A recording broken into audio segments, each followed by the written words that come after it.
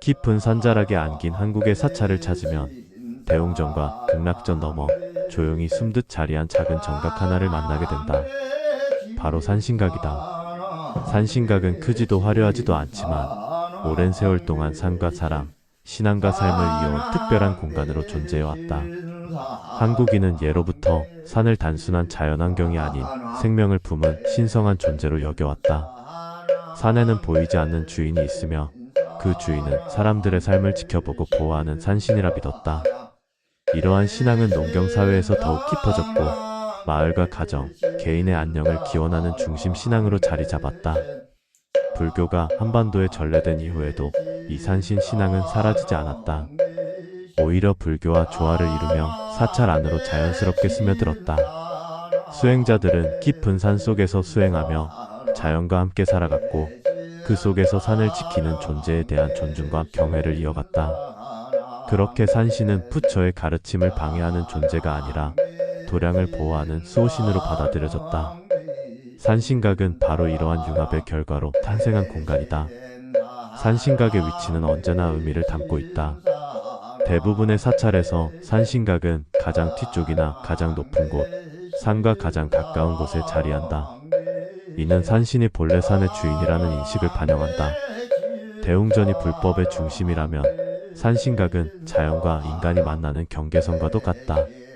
수행과 기도가 인간의 세계에서 출발한다면 산신각은 그것이 자연과 우주로 확장되는 문과 같은 역할을 한다.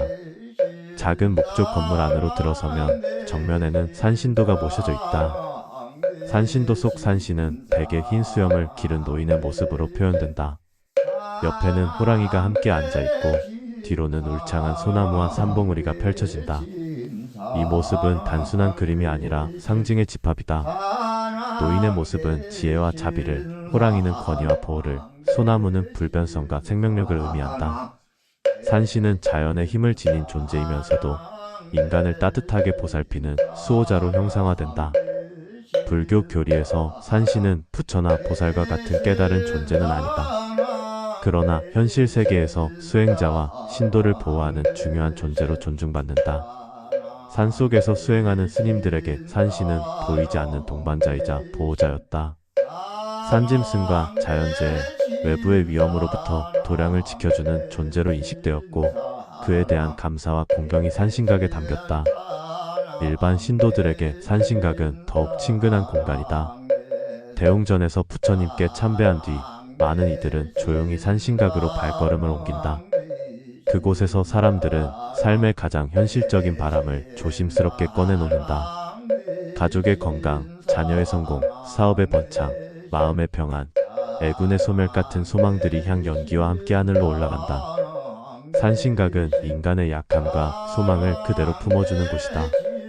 이러한 전통은 오늘날에도 이어지고 있다. 인간은 자연 위에 군림하는 존재가 아니라 자연과 함께 살아가는 존재라는 인식이 그 바탕에 깔려있다.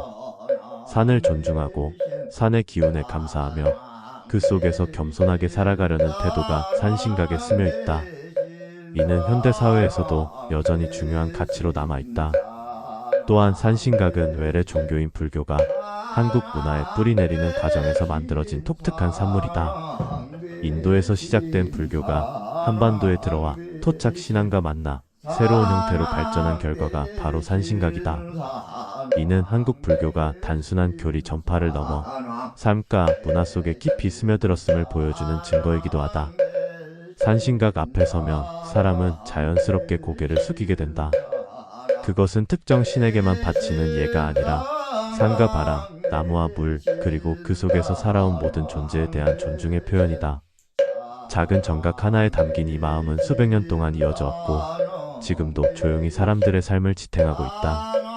결국 산신각은 단순한 부속 건물이 아니다.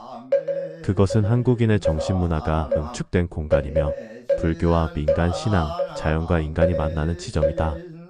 깊은 산속 사찰에서 만나는 작은 산신각은 오늘도 변함없이 사람들의 기도와 바람, 그리고 자연에 대한 경외심을 조용히 받아들이고 있다. 한국에서 사는 예로부터 특별한 존재였다. 삼면이 바다로 둘러싸이고 국토의 대부분이 산지로 이루어진 한반도에서 산은 곧 삶의 터전이자 생명의 근원이었다. 사람들은 산에서 물을 얻고 나무를 베고 약초를 캐며 살아갔다. 동시에 산은 예측할 수 없는 위험과 신비를 품은 공간이기도 했다. 이러한 환경 속에서 사람들은 자연스럽게 산을 신성시하기 시작했다. 각 산에는 주인이 있으며 그 주인이 바로 산신이라고 믿었다. 산신은 비와 바람을 조절하고 마을의 흥망과 사람들의 운명을 좌우하는 존재로 인식되었다. 제사를 지내고 기도를 올리며 산신의 노여움을 달래고 보호를 구하는 풍습은 삼국시대 이전부터 이미 널리 퍼져 있었다. 이 시기의 산신 신앙은 체계적인 교리보다 생활 속 신앙에 가까웠다. 사람들은 특정 사원이나 제단이 없어도 바위 앞이나 나무 아래에서 산신에게 절을 올렸다. 이러한 토착 신앙은 이후 불교가 전래되었을 때도 쉽게 사라지지 않고 오히려 새로운 종교와 결합할 토대를 마련하게 되었으며, 오늘도 깊은 산 속에서 조용히 향 연기를 피어올리는 산신각은 과거와 현재를 잇는 다리처럼 묵묵히 그 자리를 지키고 있는, 산신각에 참배하기 전 가장 먼저 갖추어야 할 것은 자세보다도 마음이다. 산신각은 화려한 법당이 아니라 산과 인간이 만나는 경계에 놓인 공간이다. 이곳에서는 욕심과 조급함을 잠시 내려놓는 것이 중요하다. 사람들은 흔히 무엇을 빌어야 할까를 먼저 생각하지만 전통적인 산신 신앙에서는 어떤 마음으로 서 있는가를 더 중요하게 여긴다. 욕망에 사로잡힌 마음으로 들어서기보다 감사와 겸손의 마음으로 문턱을 넘는 것이 올바른 시작이다. 산신각 앞에 다다르면 먼저 잠시 멈추어 서서 산과 정각을 바라본다. 바람소리, 나뭇잎 흔들림, 새소리에 귀를 기울이며 마음을 가라앉힌다. 이것이 기도의 첫 단계이다. 산신각 앞에 서는 올바른 자세로는 정면으로 산신도를 향해 바르게 선다. 발은 어깨 너비 정도로 자연스럽게 벌리고 허리는 곧게 세운다. 고개는 숙이지도 들지지도 않은 채 편안한 시선으로 산신도를 바라본다. 이 자세에는 중요한 의미가 담겨 있다. 지나치게 몸을 웅크리거나 고개를 깊이 숙이면 두려움과 의존의 태도가 되고, 반대로 몸을 똑바로 세우지 않으면 공경의 마음이 부족해진다. 바른 자세는 자신을 낮추되 존엄을 잃지 않는 태도를 상징하며 손은 두 가지 방식으로 모을 수 있다. 첫째는 합장이다. 두 손을 가슴 앞에서 모아 손바닥을 붙인다. 이는 불교식 예경과 함께 산신에 대한 공경을 나타낸다. 둘째는 공수 자세이다. 오른손을 왼손 위에 얹고 배 앞에 가볍게 둔다. 이는 전통적인 예법에 가까운 방식으로 차분하고 안정된 마음을 표현한다.